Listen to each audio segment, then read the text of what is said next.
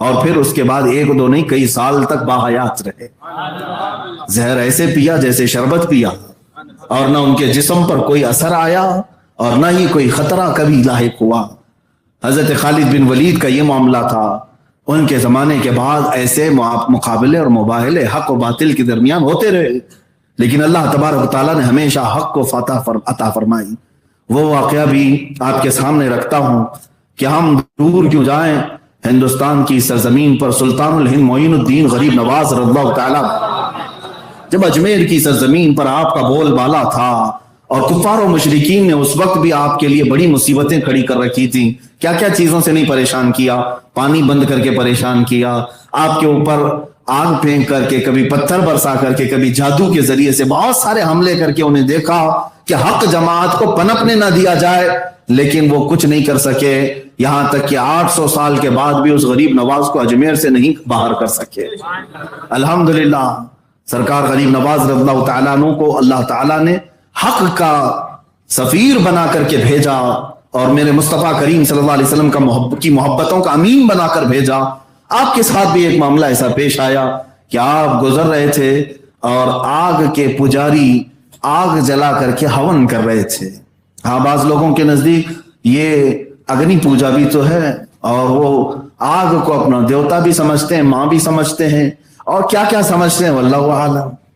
آگ کو بھی اپنا دیوتا سمجھتے ہیں کہ ٹھیک ہے آگ بھی ہمارا خدا ہے.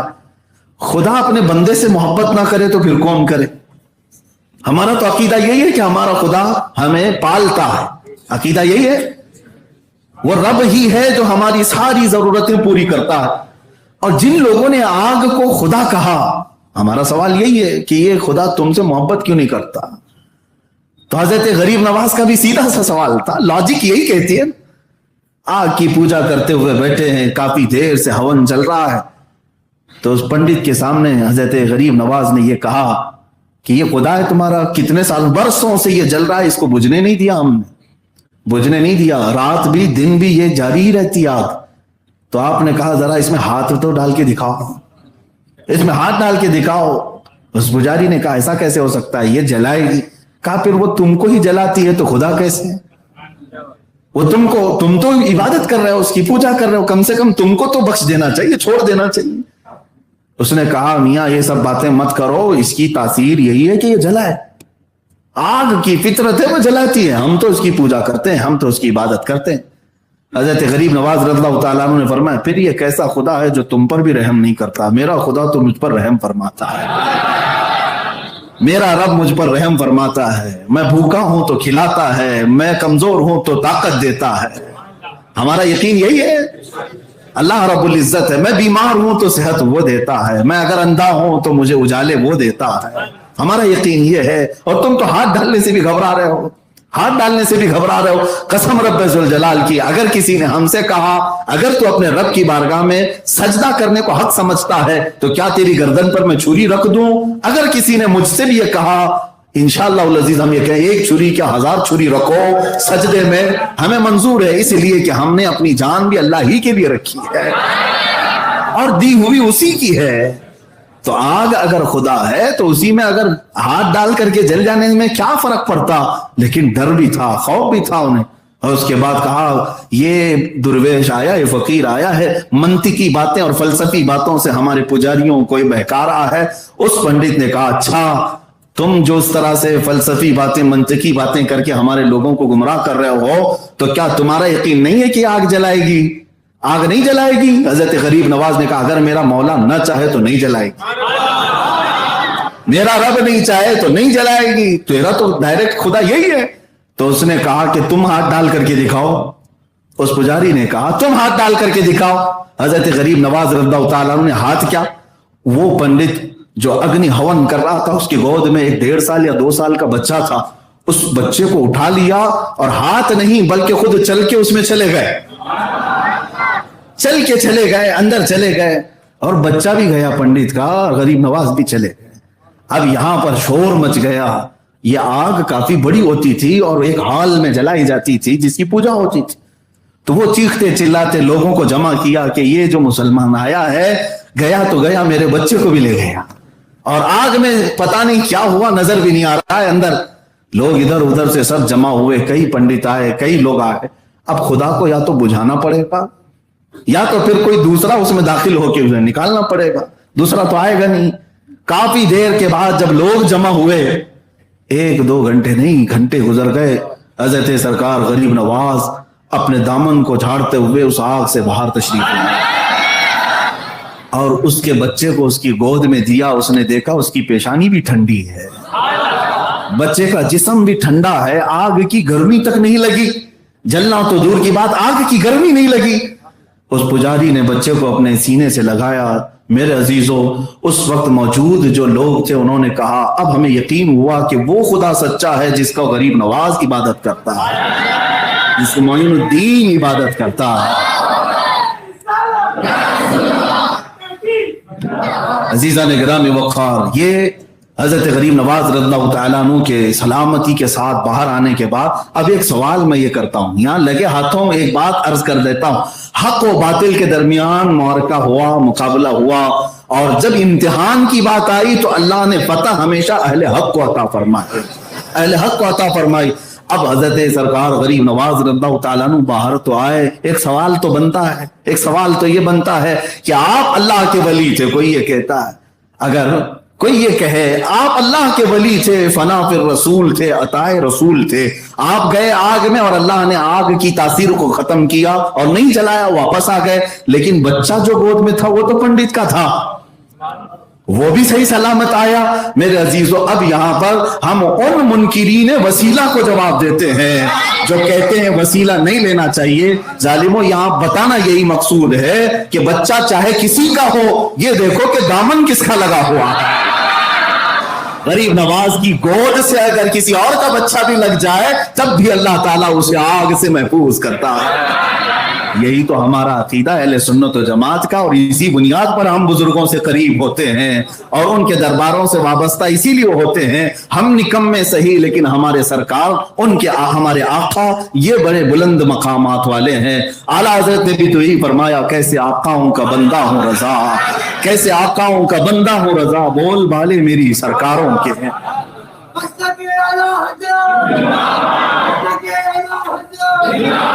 حق و باطل کے درمیان معرکہ ہوتا رہا اور اہل حق کو اللہ تعالیٰ نے فتح ہمیشہ عطا فرمائی. میرے عزیزو، سرکار غریب نواز رضی اللہ تعالیٰ عنہ کے اس واقعے کے بعد اور کئی مثالیں ایسی موجود ہیں، لیکن ایک بات یاد رکھنا، ہمیشہ اہل حق کو اللہ نے جو سربلند کیا، ان کے اندر جو وصف تھا، جو خاصیت تھی، وہ اللہ کی ذات پر توکل، اللہ کی ذات پر یقین اور مصطفیٰ کریم صلی اللہ علیہ وسلم سے بے پناہ محبت. یہ دو چیزیں جس کے سینے میں آئیں، سمجھ لو کہ وہ بندہ ہمیشہ اللہ تعالیٰ کے حفظ و امان میں ہے، اللہ کے حفظ و امان میں ہے. پوری دنیا چاہے تو کچھ نہیں کر سکتی، اور اگر اللہ نے اس کے مقدر میں کچھ لکھا ہے تو وہ ہو کر رہے گا. ایک توکل اور ایک یقین اور بھی بتا دوں. یہ مسلمانوں کی فوج ہے، سب سے پہلی مرتبہ یورپ کی سرزمین پر اترنے جا رہی ہے. عرب میں اسلام تھا، یورپ میں آنا تھا، ایشیا سے یورپ ایک دوسرے بر اعظم میں جا رہا ہے، ایک دوسرے انٹر کانٹیننٹل میں جا رہا ہے. اب اس وقت حالات کیا تھے؟ عرب اور یورپ کو جوڑنے والا جو سمندر ہے، میڈیٹرین سی، آج بھی وہ سمندر دیکھا ہوگا لوگوں نے، کافی بڑا سمندر. اس سمندر کو عبور کر کے صحابہ تابعین کی جماعت یورپ میں اتر رہی، اور سپہ سالار کا نام ہے طارق بن زیاد. طارق بن زیاد، اور جوانی کا عالم ہے، اور یہ مجاہدین کی ایک فوج لے کر اسپین کی سرزمین پر اترا. جب وہاں پر اسپین کو پہلے اندلس کہا جاتا تھا، آج اسپین ہے. طارق بن زیاد اپنی فوج کو لے کر کے جب اترا تو اس کے بعد سارے لوگوں کو جمع کر کے ایک بار سوال کیا، کوئی اگر جانا چاہے تو ابھی راستے تیار کھلیں، جا سکتا ہے. کسی نے بھی جانے کی بات نہیں کی. تو جن کشتیوں میں بیٹھ کر کے آئے تھے ان کشتیوں کو کنارے لایا گیا اور ان تمام لکڑی کی کشتیوں کو آگ لگا دی گئی، کیونکہ اب سواری ہے، سواری کو کیوں جلایا؟ مجاہدین نے پوچھا کہ یہ کشتیاں سواری ہیں جن میں بیٹھ کر کے عرب سے لے کر یورپ کا سفر کیا، جلائے کیوں؟ یہی اہل حق کی علامت ہے. طارق بن زیاد نے کہا، اس لیے کہ ہم باطل سے لڑنے جا رہے ہیں اور کسی کے سینے میں یہ شک بھی نہ ہو کہ ہم جان بچا کر واپس جا سکیں. ہم میں سے کسی کو یہ ہلکی سی امید بھی نہیں ہونی چاہیے کہ اگر سختیاں ہو گئی ہمارے اوپر تو ہم جان بچا کر کے واپس ان کشتیوں میں بیٹھ کر کے عرب چلے جائیں گے.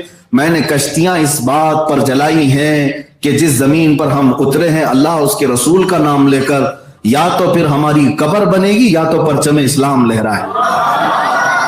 اور دنیا نے دیکھا طارق بن زیاد کا یہ توکل تھا, یہ یقین تھا, پرچم اسلام ایسا لہرایا کہ پورے یورپ کے چپے چپے میں اسلام پھیلا.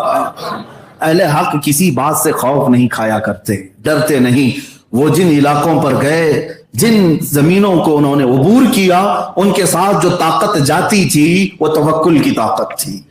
اب بات یہاں پر یہ بھی عرض کر دوں, حضور سلطان الہند غریب نواز رضی اللہ تعالیٰ عنہ جب ہندوستان تشریف لا رہے تھے اس وقت کے حالات ایسے تھے کہ کئی بادشاہوں نے پہلے یہاں پر ہندوستان پہ حملے کیے اور کوششیں, یہ راجے مہاراجاؤں کا حال تھا.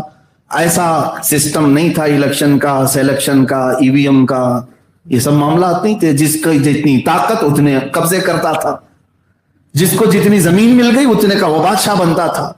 اس زمانے میں ایک بادشاہ شہاب الدین غوری ان علاقوں کو فتح کرتے ہوئے یہاں تک آیا تھا, لیکن شکست کھا کر کے جا رہا تھا, ہار کر کے جا رہا تھا. اور یہ وہ وقت تھا جب معین الدین حسن چشتی غریب نواز رضی اللہ تعالیٰ عنہ دو چند فقیروں کے ساتھ ہندوستان آ رہے تھے. مشکل سے 7-8 لوگوں کی جماعت تھی جو ہندوستان کی طرف آ رہی تھی. بیچ راستے میں بادشاہ کی فوج واپس پلٹ رہی تھی, درویشوں کی جماعت اندر آ رہی تھی. ٹکراؤ ہو گیا تو لوگوں نے پہچان لیا کہ یہ مسلمان فوج ہے, مسلمان جماعت ہے. درویشوں کی پوچھو یہ کہاں جا رہے ہیں؟ تو بادشاہ نے قاصد بھیجا پوچھوانے کے لیے. کوئی آیا اور حضرت غریب نواز سے پوچھا بابا کہاں جا رہے ہیں, کدھر کا سفر ہے؟ حضرت غریب نواز نے جواب دیا ہندوستان فتح کرنے جا رہے ہیں. درویشوں کی چھوٹی سی جماعت, اور بات کس بات کی کر رہے ہیں؟ یہی تو توکل اور یقین ہے جس کو اقبال نے کہا تھا نکل کر کے صحرا سے جس نے الٹ دیا تھا تخت روما کو. نکل کر کے صحرا سے جس نے الٹ دیا تھا تخت روما کو, سنا ہے قدسیوں سے میں نے کہ وہ شیر پھر ہوشیار ہوگا. ہمیشہ سے اللہ رب العزت نے 313 کے ذریعے سے فتح اسلام فرمائی, اور قیصر و کسریٰ کو دھول چٹانے والی جماعتیں بھی بہت بڑی بڑی نہیں تھیں. وہی صحابہ تھے جو چند کھجوروں پر پورے دن گزارا کرتے تھے. عزیزان گرامی, جب یہ جواب ملا تو یہاں کہے لگنے لگے بادشاہ کے ہاں, فوج کے ہاں, کہ یہ دیوانوں کی جماعت ہے اور اتنی بڑی بات کر رہے ہیں. اکثر ایسا ہوتا ہے کہ جب کبھی کوئی چھوٹا بڑی بات کرے تو لوگ اس کا مذاق اڑاتے ہیں یہاں پر, لیکن انہوں نے جس کو چھوٹا سمجھا ہوگا وہی در حقیقت پورے ہند کا بادشاہ بھی تھا. اس نے کہا کہ آپ نے دیکھا ہماری فوج کو, ہمارے اتنے ہاتھی گھوڑے ساز و سامان, اتنی بڑی فوج لشکریاں, اور ہم شکست کھا کر کے آ رہے ہیں, بڑی طاقتیں وہاں پر موجود ہیں. آپ نے جواب بہت ہلکے انداز میں یہ دیا, ہاں فرق یہی ہے شہاب الدین تو گیا تھا ہاتھی گھوڑوں کے بھروسے, معین الدین اللہ کے بھروسے جا رہا ہے. یہ توکل اہل حق کو ہمیشہ فتح یاب کرتی ہے. یہ توکل اللہ کی ذات پر یقین اہل حق کو ہمیشہ سر بلند رکھتی ہے. عزیزان گرامی, وقار آج بھی میں ایک جملہ دے جاتا ہوں آپ کو جو ہمیشہ تمہارے دلوں کو مطمئن رکھے گا اور حوصلہ بڑھا کر کے رکھے گا. وہ دن یاد کرنا جب میرے آقا صلی اللہ تعالی علیہ وسلم کے قتل کا منصوبہ بن گیا اور پورے گھر کا گھیراؤ کر لیا کافروں نے, تلواریں سونت لی. ان حالتوں میں میرے آقا صلی اللہ علیہ وسلم کو میرے رب ذوالجلال نے صحیح سلامت ان کے سامنے سے نکالا. کوئی ایک بھی مشرک حضور کو دیکھ نہیں سکا. ہجرت کی رات, اور حضرت ابوبکر صدیق کو لے کر میرے آقا مدینے کے راستے نکلے, لیکن درمیانی راستے میں غار ثور میں حضور صلی اللہ علیہ وسلم نے 3 دن تک قیام فرمایا. وہ پہاڑ پر اونچے ٹیلے پر ایک غار ہے جس میں 2 لوگ بیٹھ سکتے ہیں. 3 دن تک وہاں قیام ہوا. اب میں آپ کو جو بات بتانے جا رہا ہوں یہ غار ثور کا واقعہ اتنا اہم ہے کہ قرآن میں ذکر ہوا, 10ویں پارے میں اس کا ذکر آ گیا. وہ وقت بھی آیا کہ مشرکین پوری جگہوں پر ڈھونڈنا شروع کر دیے حضور صلی اللہ علیہ وسلم اور حضرت ابوبکر کو. ہر کونے پر انہوں نے قاصد بھیج دیے مکہ کے ہر سرحد پر کہ کس طرف گئے ہیں, اور وہ قدموں کے نشان دیکھتے دیکھتے دیکھتے غار ثور تک بھی پہنچ گئے. غار ثور یعنی وہ پہاڑ کی اونچائی 5000 فٹ اونچی ہے. چڑھ کر کے اگر آئیں تو 8 دن تک پٹھے درد کرتے ہیں آج بھی. میرے عزیزو غار ثور تک پہنچ گئے اور حضرت ابوبکر صدیق فرماتے ہیں مجھے ان مشرکین کے پیر نظر آنے لگے, ان کی آہٹ بھی محسوس ہو گئی. یہاں تک قریب آ گئے, یہ 2 لوگ ہیں اور وہ ایک پوری جماعت آئی ہے اور بری نیت سے آئے, گرفتار کریں گے, قید کریں گے, ماریں گے, کچھ بھی کر سکتے ہیں. اللہ تبارک و تعالیٰ کو جب حفاظت فرمانا ہے تو حفاظت کسی بھی انداز سے کرتا ہے. روایتیں بتاتی ہیں کہ ایک مکڑی نے جالا بنا اور ایک کبوتری نے انڈے دیے, اور وہ دیکھ کر کے وہ مشرکین یہ سمجھ گئے کہ برسوں سے یہاں کوئی شخص آیا نہیں ہے. ایک مکڑی کا جالا, ظاہر سی بات ہے اگر کوئی آیا ہوگا تو یہ جالا ٹوٹ چکا ہوتا, تو وہ وہاں سے الٹے پاؤں واپس ہو رہے تھے. لیکن جو غار کے اندر کا ماحول تھا وہ قرآن نے بیان کیا. وہ کیا تھا؟ صدیق اکبر کا دل بے چین ہونے لگا. اپنی جان نہیں, مصطفیٰ کی جان, حضور کی ذات کو فکر کرتے ہوئے کہ کہیں کوئی کافر غزن نہ پہنچائے.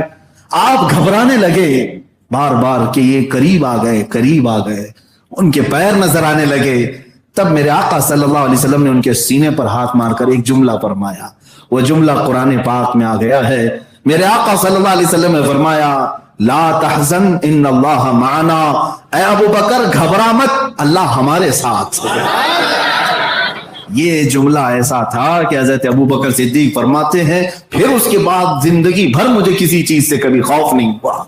مسلمانوں یہ جملہ یاد رکھو, جب کبھی کوئی آفت آئے تو یہی کہنا لا تحزن ان اللہ معنا, کوئی گھبراؤ مت. اپنے بچوں سے بھی یہی کہنا بچے گھبرانا مت, اللہ ہمارے ساتھ ہے. کس کے جو بندے اس کو اکبر کہتے ہوں صبح سے شام تک, کیا اللہ ان کے ساتھ نہیں ہے؟ اللہ کو اکبر کون پکارتا ہے؟ مسلمان پکارتے ہیں. اس کے کلام کی تلاوت کون کرتا ہے؟ مسلمان کرتے ہیں. اس کی عبادتیں, اس کا رکوع, اس کا سجدہ کون سی جماعت کرتی ہے؟ مسلمان کرتے ہیں. اس رب ذوالجلال کے احکام پر آج دنیا میں کون عمل پیرا ہے؟ یہ مسلمان ہے. تم خوش نصیب ہو. تو کیا اللہ تمہارے ساتھ نہیں ہے؟ اللہ تمہارے ساتھ ہے. لیکن کچھ مصیبتیں آتی ہیں تو یہ ہماری شامت اعمال ہے, ہمارے برے اعمال کی وجہ سے ہے. لیکن پھر بھی ہمیشہ یہ توکل رکھو اللہ ہمارے ساتھ. اب حضور پاک کی محبت کی بھی بات, دونوں چیزیں ساتھ میں ہونی چاہیے, اللہ کا توکل اور حضور کی محبت. یہی مسلمان اہل حق کے لیے وصف خاص ہے. یہ امتیاز ہے جو تمہیں فرق کرتا ہے دوسری جماعتوں سے. الحمدللہ جن کے دلوں کے اندر یہ 2 چیزیں ہیں, اللہ کا توکل اور رسول پاک کی محبت, وہ چہرے بھی پہچانے جاتے ہیں. الحمدللہ وہ چہرے بھی پہچانے جاتے ہیں. چہروں سے دیکھ کر کے بھی پتہ چلتا ہے اہل حق کی جماعت کون سی ہے. یہی کی بات نہیں کر رہا ہوں, عرب والے بھی کہتے ہیں, عرب والے بھی, امریکہ والے بھی, یورپ والے بھی. بلکہ پچھلی تقریر میں نے یہ کہا تھا نا, ایک ہمارے مسلک اور مذہب سے تعلق نہ رکھنے والے شخص نے بھی کہا اس زمانے میں حضور سے جو صحابہ محبت کرتے تھے ویسی محبت دیکھنا ہے تو بریلویوں میں دیکھو. ان کی زبانوں سے بھی اللہ نے یہ کہلوایا. اس کا مطلب یہ ہے کہ یہ محبت تمہارے چہروں کی رونق ہے. حضور سے جو تم بے انتہا محبت کرتے ہو, یہ چہروں کی چمک ہے جو تمہیں خاص کرتی ہے, خاص کرتی ہے. میں عمرے کے سفر میں ایک شخص سے ہماری ملاقات ہوئی جو اہل سنت و جماعت سے نہیں دوسری جماعت سے ہے. اپنا ایک دردناک واقعہ پیش کرتے کرتے ایک بات انہوں نے یہ بیان کی تھی جو میں عرض کر رہا ہوں. کہا کہ میں اکثر ایسا ہوتا کہ راستے میں جب بھی جاؤں کہیں پر بھی نماز پڑھ لیتا ہوں جو بھی مسجد مل جائے, لیکن مفتی صاحب ایک بات ہے کہ میں مسجد میں جاتے ہی پیچھے سے دیکھ کر کے بھی سمجھ جاتا ہوں کہ ہماری کون سی ہے, ان کی آپ کی کون سی ہے.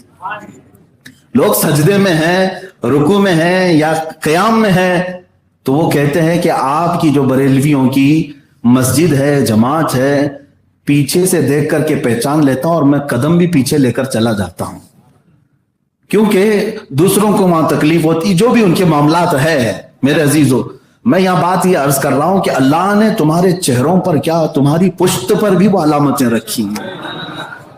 حق پر ہونے کی یہ علامتیں ہیں, وصف خاص. حضور کی محبت کرنے والا لاکھوں میل دور سے بھی پہچانا جاتا ہے. وہ کہیں پر بھی رہتا ہو لیکن لوگوں کے دلوں پر راج کرتا ہے, اس سے لوگ جڑتے ہیں, محبت کرتے ہیں. یہ وصف خاص ہے جو تمہیں باطل جماعت سے امتیاز پیدا کرتا ہے. ایک بات یاد رکھیں, اللہ کے نبی صلی اللہ تعالی علیہ وسلم سے محبت کرنے والا بظاہر کچھ تکلیفوں میں آ سکتا ہے, جیسے کہ میں نے اس سے قبل بھی کہا تھا، اسے مارا تو جا سکتا ہے لیکن مردہ کبھی نہیں کیا جا سکتا۔ اور جو باطل پر ہیں پوری طاقت کے نشے میں اور تخت پر بیٹھ کر کے بھی وہ بظاہر زندہ دکھتے ہیں لیکن حقیقت میں مردہ ہوتے ہیں، حقیقت میں مردہ ہوتے ہیں۔ نہ ہمیں آج ابو جہل کا کوئی پرسان حال نظر آتا ہے، نہ اس کی خیریت پوچھنے والا، نہ ہی یزید کا کوئی ساتھی نظر آتا ہے، نہ اس کی اولاد نظر آتی ہیں، کچھ نہیں۔ ہاں لیکن ناجائز طریقے سے کچھ لوگ ہو سکتے ہیں وراثت پائے ہوں، جن کو ابھی میلاد میں بھی پیٹ درد کرے گا اور پکاریں گے کہ یہ کیوں، یہ جائز ہے کہ ناجائز ہے، شرک ہے یا بدعت ہے۔ جیسے آپ لوگوں کو پتا ہے ہر سال حضور کی میلاد آنے سے پہلے کچھ لوگوں کے چہروں پر الگ سا رنگ آتا ہے۔ یہاں یہ بھی بات پتا چلتی ہے کہ رنگ بدلنے کا طریقہ بھی الگ الگ ہے۔ ہماری مسجدیں روشن ہو جاتی ہیں اور کچھ مسجدیں اندھیرے میں آ جاتی ہیں۔ کون سی چیز ہے جو تمہیں الگ کر رہی ہے؟ فرق کیسی چیز سے پیدا ہو رہا ہے؟ محبت مصطفیٰ ہے، میرے آقا صلی اللہ تعالیٰ علیہ وسلم کی محبت۔ بلکہ میں نے مفتی احمد یار خان نعیمی رحمۃ اللہ علیہ سے پڑھا کی ایک عبارت یہ بھی پڑھا، میاں اہل حق اور اہل باطل کی پہچان اللہ نے ایسی رکھی، صرف یہاں کے رہن سہن میں نہیں بلکہ جنازے بھی فرق پیدا کرتے ہیں، جنازوں میں بھی فرق ہوتا ہے۔ ایک جنازہ جاتا ہے خوب پھول پہن کر کے جاتا ہے، خوب خوشبوؤں میں معطر ہو کر کے جاتا ہے، اور بعض جنازے وہ بھی ہوتے ہیں جن کی سڑن سے کوئی قریب بھی نہیں جاتا۔ اور یہاں الحمدللہ جب کوئی ہمارا جنازہ نکلتا ہے تو ایسا لگتا ہے کہ وہ دولہا بن کر کے جا رہا ہے، اور اس پر لوگ ہزاروں طریقے سے سلام بھی پڑھ رہے ہیں، درودوں کی ڈالیاں بھی نچھاور میرے آقا کی بارگاہ میں، اور اسے عزتوں کے ساتھ اتارا جاتا ہے۔ کس یقین کے ساتھ؟ بعض لوگ جنازہ لے کر بھاگتے ہیں اور ایسے دفن کر کے آتے ہیں کسی کو خبر بھی نہ ہو، پتہ بھی نہ چلے۔ نہیں، ہمارے ہاں تو الحمدللہ خوب اعلان کے ساتھ، مجرم تھا تو بھی، گنہگار تھا تو بھی، بہت سارے اس کے اندر خطائیں تھی تب بھی اسے سجاتے ہیں، سنوارتے ہیں، اچھے انداز سے لے جا کر کے دفناتے ہیں۔ کیوں؟ اس لیے کہ ہمارا یقین یہ ہوتا ہے کہ آج مصطفیٰ کے دیدار کے لیے جا رہا ہے، میرے آقا صلی اللہ تعالیٰ علیہ وسلم کی زیارت کے لیے جا رہا ہے۔ وہاں پہنچے گا تو اس کا چہرہ تو صاف ہو، اس کے لباس تو اچھے ہوں، اس کو سجایا جائے، یہ ہمارا اعتقاد ہے۔ جیسے کہ شاعر نے کہا تھا، اب تو پائے ناز سے فرشتوں کیوں اٹھوں، مر کے پہنچا ہوں یہاں اس دل ربا کے واسطے۔ اب یہاں پر بات میں اپنی گفتگو کو سمیٹتا ہوں، زیادہ دیر آپ کو نہیں تھکاؤں گا۔ حق اور باطل کے درمیان جو وصف خاص ہے جو تمہیں ممتاز کرتا ہے وہ دو چیزیں ہیں، ایک اللہ کی ذات پر توکل اور دوسرے میرے مصطفیٰ کی ذات سے بے پناہ محبت۔ اب میں آپ کو بتاتا ہوں، یہ دو چیزیں جب آتی ہیں تو سارا خوف بھی نکالتی ہیں، ہر ڈر نکالتی ہیں، ہر خوف نکالتی ہیں۔ موسیٰ علیہ الصلوۃ والتسلیم کے ساتھ بظاہر کوئی فوج نہیں تھی لیکن فرعون کی آنکھوں میں آنکھیں ڈال کر بات کرتے تھے، ہاں بڑی بڑی طاقتوں کے ساتھ یہ مقابلہ کرتے، بات بھی کرتے۔ حضور صلی اللہ علیہ وسلم جب اپنے کسی صحابی کو قاصد بنا کر بھیجتے، وہ بڑے بڑے بادشاہوں کے درباروں میں جاتے اکیلے، اور بادشاہ سے ڈائریکٹ کیا بات کرتے؟ آپ دیکھیں حضرت مصعب بن عمیر حضور کے سفیر ہیں، ترجمان ہیں، ایمبیسیڈر ہیں، حضور کا خط لے کر کے بادشاہ کے بھرے محل میں جاتے اور قرآن کی دو چار آیتیں پڑھ کر سناتے، اس کے بعد سیدھے بادشاہ سے کہتے، اے بادشاہ تیری رعایا بڑی ہے، سلطنت بڑی ہے، میں تجھے دعوت دیتا ہوں اسلام قبول کر لے۔ ایک قاصد، ایک صحابی یا دو صحابہ جاتے اور کس سے بات کرتے؟ بادشاہ، وہ وزیروں کے بیچ بیٹھا ہے، سپاہیوں کے بیچ بیٹھا ہے، لیکن اہل حق کبھی کسی سے ڈرتے نہیں۔ شاعر نے کہا ہے کہ اہل حق کبھی کسی سے مات کھا سکتے نہیں، سر کٹا سکتے ہیں لیکن سر جھکا سکتے نہیں۔ یہی وصف ہے اہل حق کا۔ میں جو آخری بات عرض کرتا ہوں وہ یہ ہے، بڑی دل نشین بات ہے، دل میں بیٹھنے والی بات ہے، اور ہم سنیوں کے لیے جان میں جان پیدا کرنے والی بات ہے، ایمان میں جلا بخشنے والی بات ہے۔ جو چیز ہے توجہ سے سنیں، جو چیز ہمارے لیے یہاں بھی ضروری ہے وہاں بھی ضروری ہے۔ حضرت عمر فاروق رضی اللہ تعالیٰ حضور صلی اللہ علیہ وسلم کی مجلس میں بیٹھے ہیں، حضور پاک صلی اللہ تعالیٰ علیہ وسلم قبر کا تذکرہ فرما رہے تھے۔ کس چیز کا تذکرہ فرما رہے؟ ہاں، حدیث پاک میں حضور نے فرمایا سارے صحابہ سے کہ تمہیں پتا ہے جب ایک میت کو قبر میں رکھا جائے تم اس کی تختیاں بند کر کے چلے جاتے ہو تو اللہ کے دو فرشتے آتے ہیں، حضور فرماتے ہیں کالے چہرے والے، نیلی آنکھوں والے اور سخت قسم کے ناخن اور ان کے دانت بڑے بڑے، ان کی صفات حضور بیان کر رہے تھے، نہایت ڈراؤنی شکل کے ہوں گے، اور وہ آ کر کے ہر میت سے سوال کریں گے، حضور پاک صلی اللہ علیہ وسلم سوالات بتا رہے تھے اور فرما رہے تھے کہ قبر کی سختیاں بہت ہیں اور وہ سخت قسم کے فرشتے کسی پر رحم نہیں کریں گے، سختی سے سوال کریں گے۔ صحابہ کو یہ باتیں ہو گئیں۔ اس کے بعد حضور پاک صلی اللہ علیہ وسلم نے حضرت عمر سے پوچھا، اے عمر، جب یہ دو فرشتے آئیں گے، عینانی ازرقانی، نیلی آنکھوں والے، کالے چہرے والے، تب تم کیا کرو گے؟ تم کیا کہو گے؟ کیا کرو گے؟ توجہ، حضرت عمر فاروق عرض کرتے، یا رسول اللہ صلی اللہ علیہ وسلم، آپ کی بارگاہ میں ایک عریضہ یہ ہے، آج جو میں آپ سے محبت کرتا ہوں، کیا میرے مرنے کے بعد قبر میں یہ محبت باقی رہے گی؟ میں جو آج آپ سے محبت کرتا ہوں، یہی محبت قبر میں بھی باقی رہے گی؟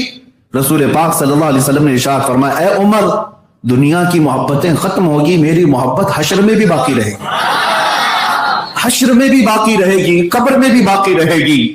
جب میرے آقا نے یہ فرمایا کہ یہ محبت باقی رہے گی جو حضور سے کرتا ہے، حضرت عمر خوش ہوتے ہیں اور کہتے ہیں، یا رسول اللہ، تب تو ان فرشتوں سے نپٹنا میرے اوپر چھوڑ دیجیے۔ ڈرتا نہیں، مومن صالح اور محب رسول، حضور سے محبت کرنے والا کسی سے خوف نہیں کھاتا۔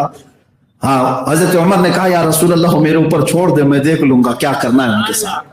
اب بات یہاں پر ختم نہیں ہوتی، اس واقعے کو لکھا ہے جن روایتوں میں حضرت عمر کا انتقال ہوا، دفنائے بھی گئے، اور کئی دنوں کے بعد ان کے بیٹے حضرت عبداللہ خواب میں دیکھتے ہیں اپنے والد کو، اور وہ روایت نقل کرتے ہیں۔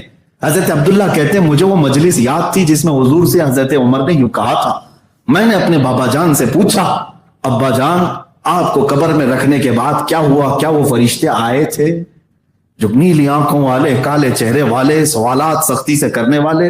حضرت عمر نے کہا، ہاں بیٹا، وہ آئے تو تھے۔ کہا، کیا سوال کیا؟ وہ آئے اور مجھے اٹھایا اور انہوں نے کہا، من ربو کا، تمہارا رب کون ہے؟ تمہارا رب کون ہے؟ حضرت عمر کے بیٹے پوچھتے ہیں، آپ نے جواب کیا دیا؟ حضرت عمر کہتے ہیں، میں نے ان سے پوچھا تمہارا رب کون ہے، میں نے ان سے پوچھا تمہارا رب کون ہے۔ وہ فرشتے ایک دوسرے کو دیکھنے لگے، یہ کون ہے جو ہم سے سوال کرتا ہے، یہ کون ہے جو ہم سے سوال کرتا ہے؟ تب ان فرشتوں میں سے ایک نے کہا، چھوڑ دو اس کو، یہ صاحب رسول اللہ ہے، چلو ہم دوسروں کی طرف چلتے ہیں۔ اور ان فرشتوں نے وہاں سے اپنا سفر دوسری طرف کر لیا۔ یہ محبت مصطفیٰ ہے جو ہر خوف سے آزاد کرتی ہے۔ میرے عزیزو، قبر تو قبر ہے، حشر بھی ہمارے لیے اسی امید پر ہے۔ جانتے ہیں ہم کہ جس کے ہم ثناخواں ہیں آج، وہ بھی تو وہاں ہوں گے، جن کے ہم آج محبت کرتے ہیں وہ بھی تو وہاں ہوں گے۔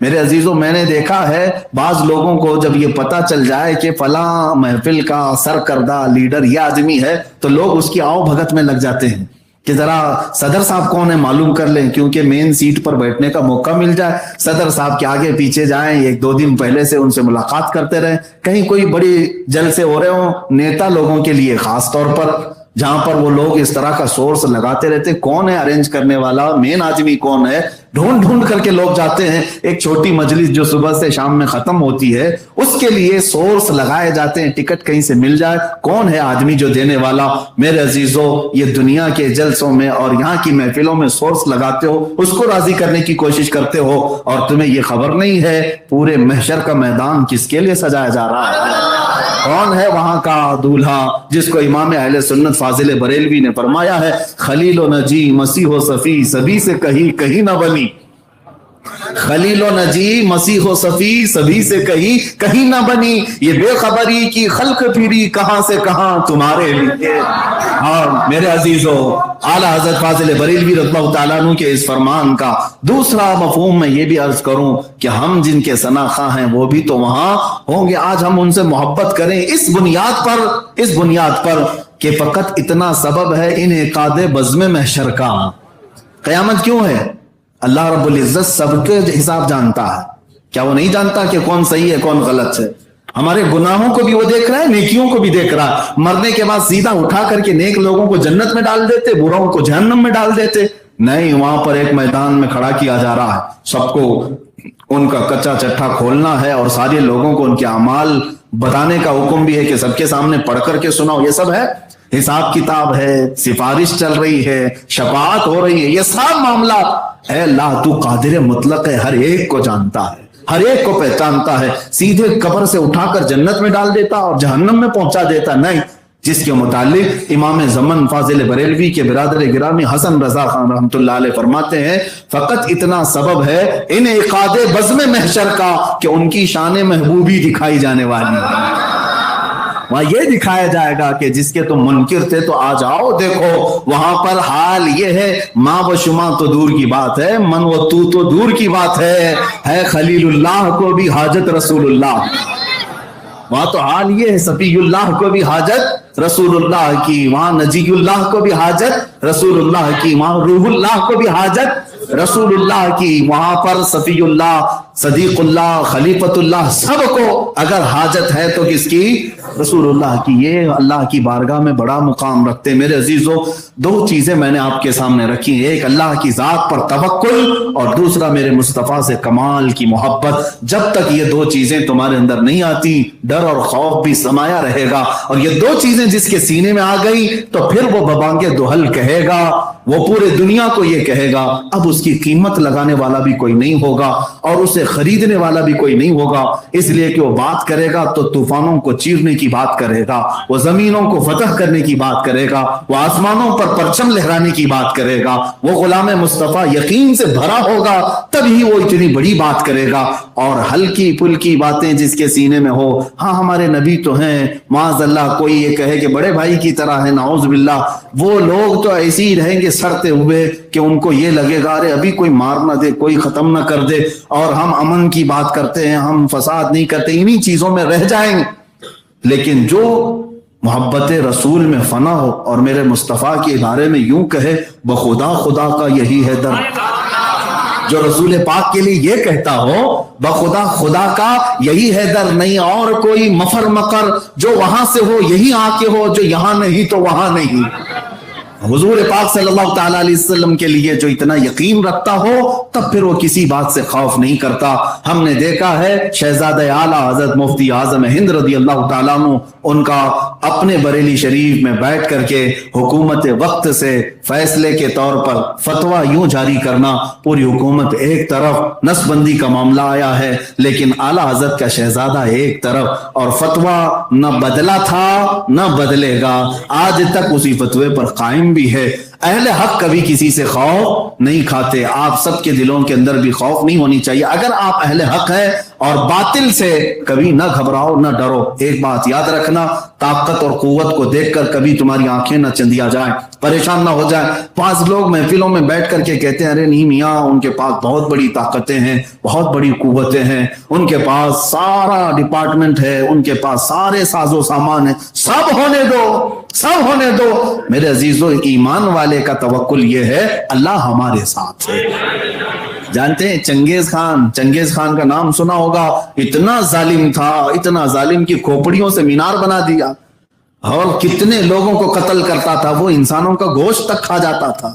چنگیز خان ایک مرتبہ مسلمان جماعت میں علماء کو قید کیا، اور آخری بات ہے یہ اس کی زندگی کا یہ آخری ہے، اور اس نے تقریباً 300 لوگوں کو صف میں کھڑا کیا اور اس کے بعد جلاد کو حکم دیا کہ ایک ساتھ سب کا قتل کرتے جاؤ، سب کے ہاتھ پیچھے باندھ۔ 3 صفیں لگی تھی، پہلی صف میں جب قتل شروع کیا جلاد نے تو ایک بڑے میاں تھے، بزرگ آدمی تھے، عمر دراز تھے، تو پہلی صف سے ہٹ کر کے دوسری صف میں چلے گئے، پیچھے والی، کہ پہلی صف کاٹی جا رہی ہے دوسری صف میں آ جاتا ہوں۔ پہلی صف پوری قتل ہو گئی، چنگیز خان اپنے گھوڑے پر بیٹھ کر یہ تماشا دیکھ رہا تھا۔ دوسری صف کو جب قتل کرنے لگا جلاد تو وہ بزرگ جو بوڑھے تھے وہ تیسری صف میں چلے گئے، 3 ہی تو صفیں تھی، دوسری بھی جب قتل ہو کر ختم ہو گئی، چنگیز کہا مار کے ہنسنے لگا۔ وہ دیکھ رہا تھا کہ یہ بوڑھا جگہ بدلتا جا رہا ہے، آگے سے پیچھے آیا، پیچھے سے یہاں آیا، کہا مار کر کے کہا بوڑھے میاں اب تو کوئی صف نہیں، اب پیچھے کوئی اور صف نہیں، کہاں جاؤ گے؟ اس بوڑھے نے بندے ہوئے ہاتھوں سے کہا اب بھی اللہ موجود ہے، اب بھی میرا رب ہے، اللہ ہے۔ تیسری صف کو جلاد قتل کرنا شروع ہی کیا تھا کہ چنگیز خان کسی چیز سے، ایک آلے سے کھیل رہا تھا گھوڑے پر بیٹھ کر، وہ اس کے ہاتھ سے جیسے نیچے گرا، وہ اٹھانے کو گیا، گھوڑا بدک گیا اور اس کا پیر گھوڑے کی پیٹھ پر پھنس گیا اور سر نیچے، اور گھوڑا بھاگتا شروع کیا۔ اتنا بھاگا گھوڑا، سرکش ہو گیا، کسی کے قابو میں نہیں آتا۔ ہر پتھر سے چنگیز خان کا سر ٹکراتا رہا یہاں تک کہ سر پھٹ گیا، کھوپڑی باہر آ گئی، اور گھوڑا ہے کہ رکنے کا نام نہیں لیتا۔ ساری فوج پیچھے پڑ گئی، گھوڑے کو قابو میں لایا جائے۔ گھوڑا اس وقت قابو میں آیا جب چنگیز کی پوری کھوپڑی ختم ہو چکی تھی، اس کا دماغ نکل چکا تھا اور موت ہو چکی تھی، اور اس کے بعد جو قیدی تھے انہیں بھی چھوڑ دیا گیا، پوری بادشاہت ختم ہو گئی۔ اس بوڑھے میاں نے کہا، میرے مولا نے دنیا کو یہ بتایا، اللہ آخری وقت تک ہمارے ساتھ ہے۔